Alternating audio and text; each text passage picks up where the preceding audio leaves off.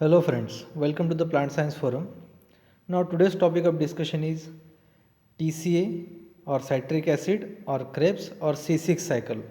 TCA stands for tricarboxylic acid cycle, or you can say citric acid, and after the name of scientist Krebs cycle, or after the name of first stable compound of the cycle it is a C6 cycle. Now, in the previous lecture, we have discussed glycolysis. Glycolysis is followed by a Krebs cycle. Now, let's have a brief revision on the glycolysis. The glycolysis starts with the first molecule, that is glucose, which is a 6 carbon molecule, and this glucose by subsequent step get oxidized to the pyruvate, which is a 3 carbon molecule, and this pyruvate is in two numbers. That means glucose by the oxidation forms a two molecules of 3 carbon, that is pyruvate. Now in the glycolysis, the initial steps they are energy consuming step, and the later stages they are energy releasing phase.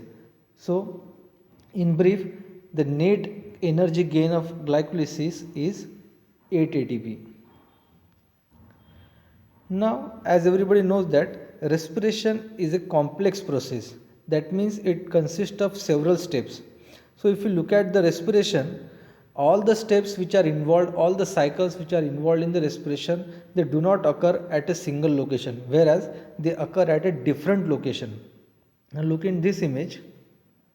Now, here just don't consider the first here glycogen, because we are studying plant sciences, so glycogen is not case here. In the you can see from glucose downward.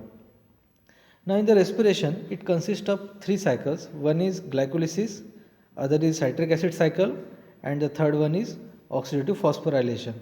Glycolysis, citric acid cycle, and oxidative phosphorylation. By looking at the image, it is clear that the first step, that is glycolysis, this occurs in the cytoplasm of the cell, and then the final product of the glycolysis, that is pyruvate, enters into mitochondria, and in particular matrix, and in the matrix the pyruvate get converted into another product, and that product enters into the citric acid cycle. So citric acid cycle occurs in matrix of the mitochondria, and later on the third cycle, oxidative phosphorylation, which we are going to discuss in another lecture. So this is how various cycles which occurs in the respiration, they happens in various location in the cell. That's why it is said that compartmentalization of respiration. Now just look at this connecting link between glycolysis and Krebs cycle. We know that the glycolysis ends with the oxidation of glucose and the final product is pyruvate, but the Krebs cycle begins with the addition of 2 carbon acetyl coenzyme A to the oxaloacetic acid, which is a 4 carbon. So how pyruvate get converted into acetyl coenzyme A? So this reaction is nothing but the connecting link between glycolysis and the Krebs cycle.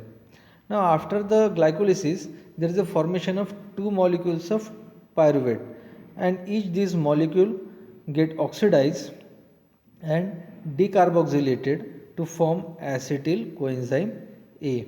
In this process, one NADH is also formed. Just keep in mind that this NADH is equivalent to 3 ATP molecule as per the old concept. The new concept is that 1 NADH is equal to 2.5 ATP. But just for the case of your textbook, remember that 1 NADH is equal to 3 ATP. So in the connecting link between glycolysis and Krebs cycle, pyruvate through the process of decarboxylation and oxidation get converted into 2 carbon acetyl coenzyme A. This process occurs in the matrix of mitochondria. Now in the citric acid cycle, the first stable compound is, as the name suggests, a citric acid. This citric acid is 6 carbon compound, and this compound contains a 3 functional group of carboxylic acid. That's why it is called as tricarboxylic acid. And this cycle was discovered and studied by Krebs. That's why it is known as Krebs cycle. So this Krebs cycle is the hub of many metabolic system. That means the intermediates of this cycle, they are involved in various anabolic and catabolic pathways. So it accounts for majority of carbohydrates, fatty acid and amino acid oxidation. That means this is the main oxidative cycle of the system. Now if you look at the brief chemical reaction of Krebs cycle, then have a look at this. In the Krebs cycle, the two acetyl coenzyme A group, they react with various substrate and intermediates, but overall two acetyl groups, in addition to 6 NAD plus 2 FADH and 2 ADP and inorganic phosphate, they yield 4 molecules of carbon dioxide, 6 NADH, 6 proton, 2 FADH2 and 2 ATP. So this is the overall reaction of citric acid cycle. This is the overview of Krebs cycle, say citric acid cycle, TCA cycle or C6 cycle. Here you can see 2 carbon acetyl coenzyme A, it combines with the 4 carbon oxaloacetic acid, which form a 6 carbon molecule. Now this 6 carbon molecule undergoes decarboxylation and also yield NADH to form a 5 carbon compound, and later on this 5 carbon compound also decarboxylate, it also forms NADH and ATP and forms a 4 carbon compound. This 4 carbon compound through the series of reaction get converted into and regenerate oxaloacetic acid for the next phase of or the next cycle of citric acid. Here also FADH2 and NADH is formed.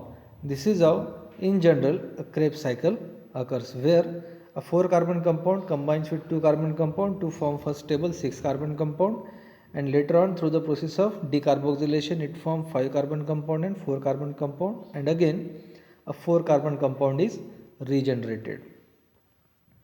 Now let's have quick look at the first step, that is the formation of citric acid.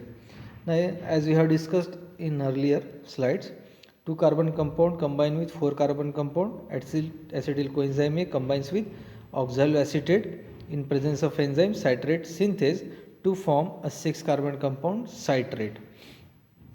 This is the first stable compound of the reaction, that's why it is known as C6 cycle. So in overall reaction we are looking at this step where acetyl coenzyme combine with oxaloacetate and form a citrate.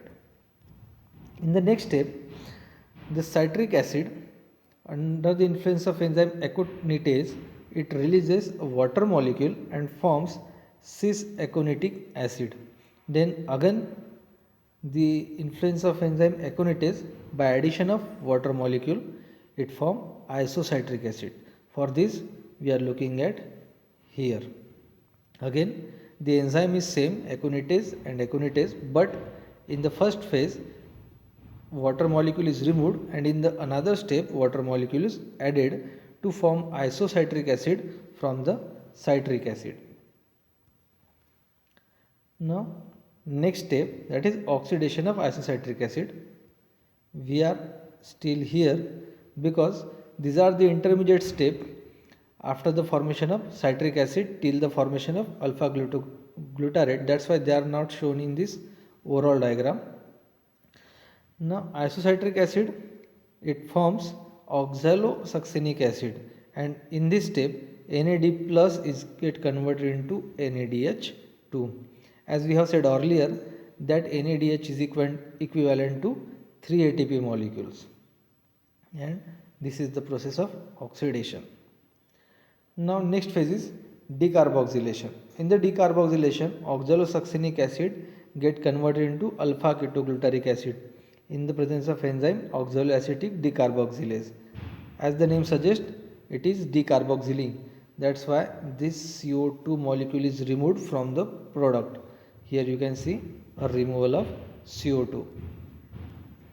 In the next step, oxidative decarboxylation, here a 5 carbon alpha ketoglutarate which is formed get converted into succinyl coenzyme A. In this step also 1 NADH is formed, as you can see here, and the carbon in the form of carbon dioxide is released. That means the 5 carbon entity is now converted into a 4 carbon entity. Now in the next step, that is formation of succinic acid. Here succinyl coenzyme A forms succinate under the presence of enzyme succinyl coenzyme A synthase. Here the inorganic phosphate is accepted by GDP to form GTP, and later this actually GTP is responsible for the donation of inorganic phosphate to the ADP and then formation of ATP. Here inorganic phosphate is donated by the substrate GTP, so this is known as substrate phosphorylation. We are here at this step. Now in the next step, that is formation of fumaric acid, we are looking here. The succinic acid get converted into fumaric acid, and in this step FAD is reduced to FADH2, and this FADH2 is equivalent to 2 ATP molecule. This reaction occurs in the presence of enzyme succinate dehydrogenase. Till now we have seen that the formation of NADH. Remember, NADH is equal to 3 ATP, whereas the FADH2 is equal to 2 ATP. This is the old concept. According to new concept, NADH is equal to 2.5 ATP and FADH2 is equal to 1.5 ATP.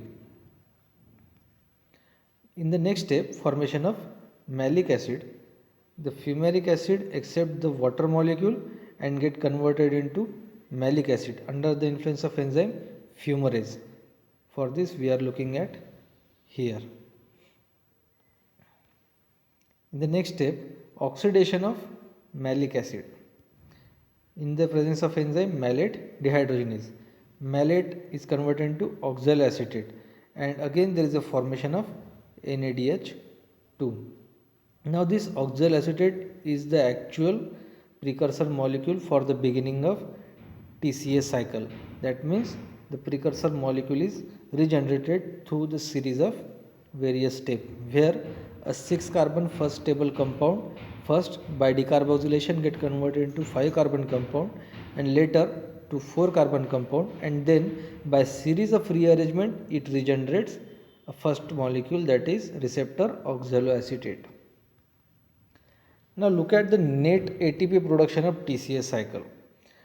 Each molecule of pyruvic acid in Krebs cycle forms 4 NADH2, 1 FADH2 and 1 ATP. But remember, as we have discussed earlier, glycolysis leads to the formation of 2 pyruvic acid molecule, and each pyruvic acid molecule form acetyl coenzyme A. So 2 pyruvic acid molecule form 2 acetyl coenzyme A.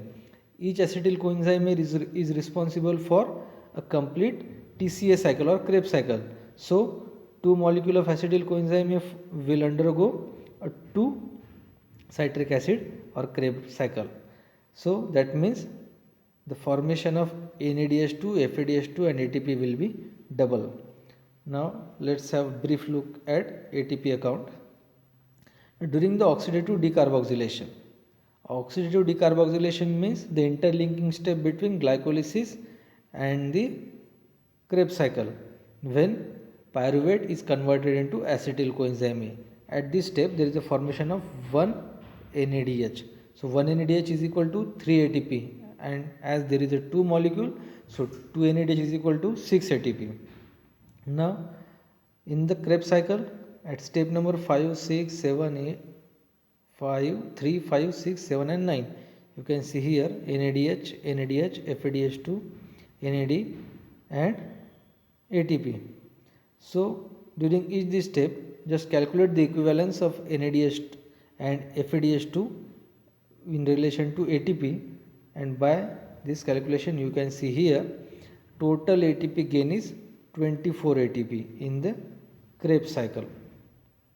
Now if we look at the complete glycolysis process and the Krebs cycle, through this net gain of ATP in the glycolysis is 8 ATP, in the interlinking step 6 ATP, and during the Krebs cycle 24 ATP. So overall total ATP gain is 38 ATP from glycolysis, interlinking step and the Krebs cycle.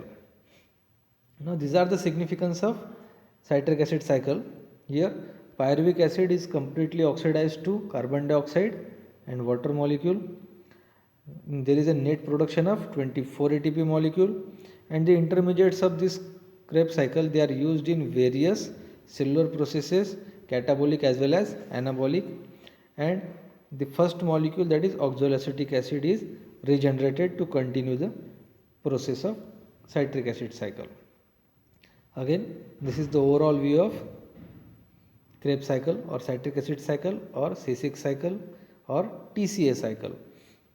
Here you can see pyruvate is converted into acetyl coenzyme A, and this acetyl coenzyme A combines with 4-carbon oxaloacetate to form a 6-carbon citrate. Then citrate under the influence of enzyme aconitase get isomerized and form isocitrate, and this isocitrate is a 6-carbon molecule. This releases 1 carbon dioxide, that means 1 carbon, and form a 5-carbon alpha ketoglutarate. Also it forms a 1 NADH2. Then this 5 carbon again releases 1 carbon dioxide by forming 1 NADH2, and it will form a 4-carbon succinyl coenzyme A. Now this is a 4-carbon compound. Now this 4-carbon compound, through the series of rearrangement, it will regenerate oxaloacetate, and during this series of rearrangement it will form ATP via GTP, FADH2 and again NADH. So this is how a complete Krebs cycle is operated. So this is all about the Krebs cycle, citric acid cycle, tricarboxylic acid cycle or C6 cycle. If you have any queries, please feel free to ask. Thank you.